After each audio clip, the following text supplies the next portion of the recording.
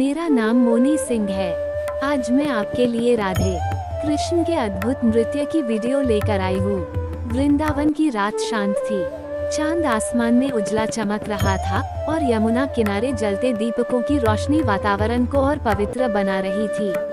उस शांत जगह पर राधा रानी और कृष्ण एक दूसरे के सामने खड़े थे।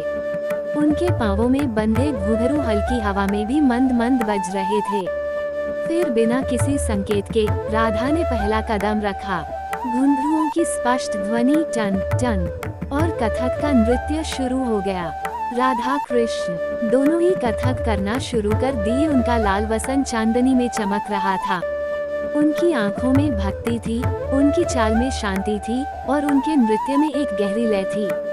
उनका हर घूम कथक की पारंपरिक शैली को दर्शा रहा था। कभी वे तेज घूमते, कभी एक जगह थमकर मुद्रा बनाते और कभी धीरे धीरे राधा के साथ कदम मिलाते। दोनों के नृत्य में किसी वाद्य यंत्र की जरूरत नहीं थी, सिर्फ घुंघरुओं की ध्वनि, पांवों की थिरकन और हृदय की गहरी मौन लय। धीरे धीरे उनके कदम एक हो गए। राधा आगे बढ़ती, कृष्ण उसी ताल में साथ आते। राधा घूमती, कृष्ण उसी घूम का संतुलन बनाते। उनके कथक में कोई जल्दबाजी नहीं थी, कोई दिखावा नहीं, सिर्फ प्रेम की सहज गति थी। नृत्य की गति अब थोड़ी तेज हुई। घुंघरुओं की आवाज एकरस होकर वातावरण में फैल गई। फूलों की पंखुड़ियां हवा में घूमते हुए उनके कदमों के साथ बह रही थीं। प्रकृति उनका नृत्य देखकर जैसे मौन होकर खड़ी थी।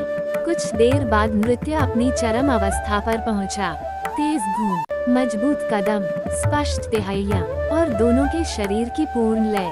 फिर जैसे ही नृत्य अपने अंतिम चरण पर पहुंचा, राधा और कृष्ण दोनों ने एक साथ बड़ा सा घूम लिया। धीरे धीरे घूमते हुए ठहर गए।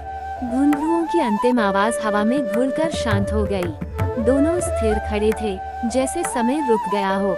उनकी सांसों में नृत्य था और इस मौन में भी प्रेम की गहराई महसूस हो रही थी। कहानी का अंत शांत था, जहां राधा और कृष्ण ने अपने कथक नृत्य से वृंदावन की रात को एक अविस्मरणीय क्षण दे दिया।